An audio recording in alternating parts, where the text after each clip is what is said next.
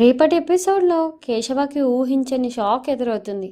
ఇన్ని రోజులు శైలు గర్భవతి అని టెన్షన్ పడుతున్న కేశవకి చివరికి అసలు నిజం తెలిసిపోతుందా? ఇక అసలు విషయం తెలిసిన తర్వాత కేశవ రియాక్షన్ ఎలా ఉంటుంది అన్నీ ఇప్పుడు చూద్దాం.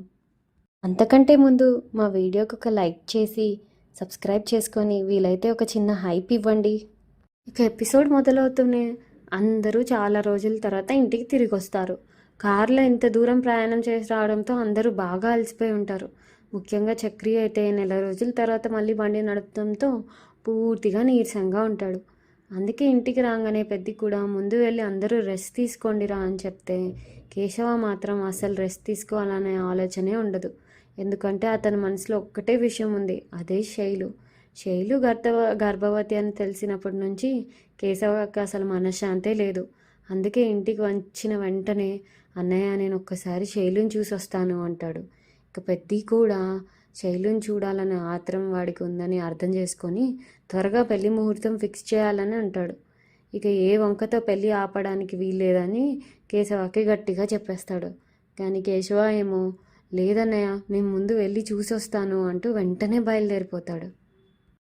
శైలు మీద అంత ప్రేమ ఉందన్నమాట కేశవకి. వెంటనే చక్రి కూడా ఏదో డౌట్ వచ్చి రే నేను కూడా వస్తాను అంటాడు. లేదు నువ్వు అవసరం లేదు నేను వెళ్ళొస్తాను అని చెప్పి తను వెళ్ళగానే వాళ్ళ అన్నయ్యతో అన్నయ్య నాకు ఒక చిన్న పని ఉంది నేను ఒక్కసారి బయటికి వెళ్ళొస్తాను అని చక్రి కూడా పెద్దతో చెప్తాడు. కేశవ వెంటనే బండి మీద బయలుదేరగానే ఇక చక్రి కూడా తనలో తాను వాడికి పుట్టిన బిడ్డను చూడ్డానికి ఎంత ఆరాటమో అని చెప్పి ఆటోలో వెనకాలే వెళ్తాడు. ఇక కేశవ ఇంటి దగ్గరికి వెళ్ళి శైలికి ఫోన్ చేస్తాడు. ఎక్కడున్నావు అని అడుగుతాడు. శైలి కూడా ఇంట్లోనే ఉన్నానని పొద్దున్నుంచి వాంతులు అవుతున్నాయని చెప్తుంది. అప్పుడేమో కేశవ ఇంకా ముందు బయటికి రా మీ ఇంటి వీధిలోనే ఉన్నాను అంటాడు. శైలు మాత్రం కేశవాన్ని ఆట పెట్టిస్తూ ఓహో బిడ్డలు చూడాలనే ఆత్రంలో పరిగెత్తుకుంటూ వచ్చావా అంటుంది. ఇప్పటికే 2 రోజులుగా టెన్షన్లో ఉన్న కేశవకి మాటలు వింటే ఇంకా కోపం వస్తూ ఉంటుంది. అందుకే మరీ ఓవర్గా మాట్లాడకు అంటూ అసలు నువ్వు గర్భవతి ఎలా అవుతావు అని అడుగుతాడు. ఇంకా అంతే శైలు ఒక్కసారిగా సీరియస్ అయిపోతుంది. అంటే నువ్వు నన్ను అనుమానిస్తున్నావా అంటూ ఫోన్ పెట్టేస్తుంది. ఇక్కడ కేశవకి అసలు ఏం జరుగుతుందో ఏం అర్థం కాదు. ఇంకా అంతలోనే శైలు వాళ్ళ అన్నయ్య అక్కడికి వస్తాడు. బయటికి వచ్చి కేశవ కాలర్ పట్టుకొని రే ఎంత పని చేసావురా అని కాలర్ పట్టుకొని అడుగుతుంటే కేశవ మాత్రం ముందు శైలుని రమ్మని చెప్పండి అని గొడవ చేస్తుంటాడు. ఇక వాళ్ళ నాన్న వచ్చి రే అందరూ చూస్తున్నారా ఇక్కడ ఎందుకురా గొడవ అని చెప్పి ఇద్దరు కలిసి కేశవాన్ని లోపలికి తీసుకొని వెళ్తారు. ఇదంతా బయట ఆటోలో నుంచి చక్రి చూస్తూ ఉంటాడు. లోపలికి వెళ్ళగానే కేశవ సురేష్ కొట్టుకుంటూ ఉంటారు. ఇది లోపల నుంచి విన్న శైలు ఏం జరుగుతుందని బయటకు వచ్చి చూస్తే వీళ్ళు గొడవ పడుతుంటారు. వాళ్ళ నాన్న వీళ్ళిద్దరిని ఆపుతాడు. ఇంకా చక్రి కూడా ఉరుక్కుంటూ వచ్చేస్తాడు. డోర్ ఓపెన్ చేసుకొని బద్దలు కట్టుకొని లోపలికి వస్తాడు. చక్రి రాగానే ఏంట్రా అలా చూస్తున్నావు, నా తమ్ముడిని చంపేస్తానని బెదిరిస్తున్నావా, నువ్వు పెద్ద తోపువా, బయట నిలబడి అరుస్తావా అని అరుస్తుంటే లేదు నీ తమ్ముడికి సపోర్ట్గా నేను ఉండమన్నాడా, అసలు నువ్వెప్పుడు వచ్చావు అని కేశవ అడుగుతుంటే రే అది వదిలే వీడు నేను చంపేస్తానంటూ నువ్వు మౌనంగా ఉన్నావేంటి అంటాడు. ఇక శైలు వాళ్ళ అమ్మేమో ఏడుస్తూ కేశవ కాలర్ పట్టుకొని నా కూతురు జీవితం నాశనం చేసావు కదరా, 20 ఏళ్ల పిల్ల కడుపుతో నిలబడింది, మీదొక పెద్ద యోగ్యమైన కుటుంబం అని పెద్ద గొప్పలు చెప్పారు కదరా అంటూ ఉంటుంది.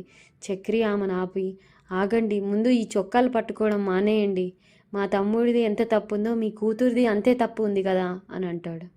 శైలు వాళ్ళ అమ్మ శైలుని కొడుతూ ఉంటుంది. ఎందుకే ఇలా చేసావు అంటుంటే ఇక కేశవ ఆపి కొంచెం ఆగుతారా, శైలు నువ్వు చెప్పు, నువ్వు ప్రెగ్నెంట్ అని విని నాకు పిచ్చెక్కుతుంది, అసలు నువ్వు ప్రెగ్నెంట్ ఎలా అవుతావు అని గట్టిగా అడుగుతాడు. ఇక వాళ్ళ అన్నేమో రే పిల్లని మోసం చేసి ఇప్పుడు కాదంటావా, విన్నావా వాడు ఏమంటున్నాడో, ఎలా గర్భవతి అయ్యావని అడుగుతున్నాడు అంటాడు.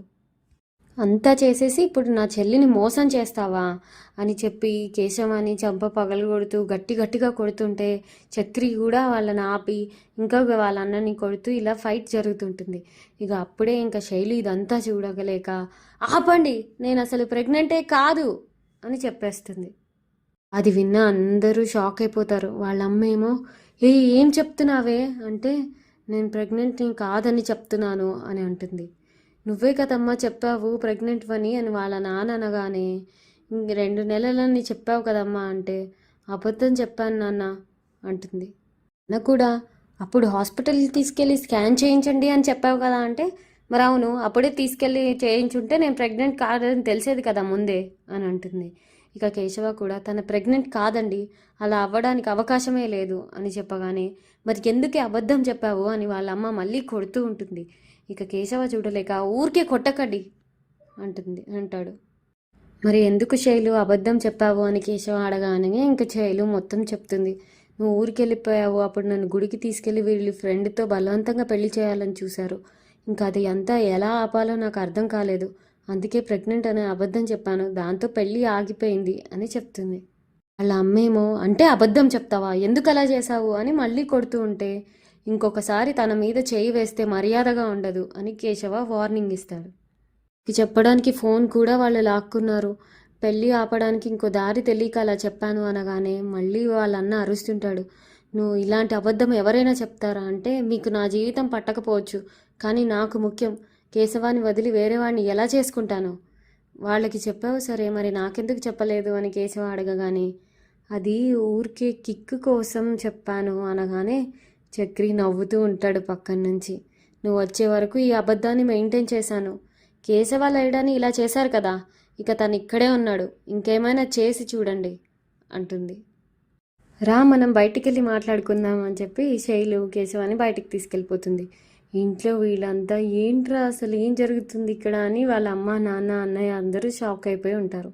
ఇక వీళ్ళు బయటికి రాగానే ఇక చక్రి కూడా బయటికి వచ్చేస్తాడు వీళ్ళతో పాటు.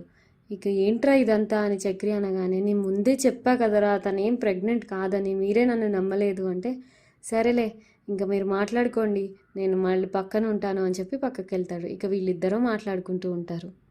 ఇద్దరు ఏంటి ముగిసా భయపడ్డావా అంటే, భయమా, 2 రోజులుగా నాకు ప్రాణం పోయినంత పని అయింది.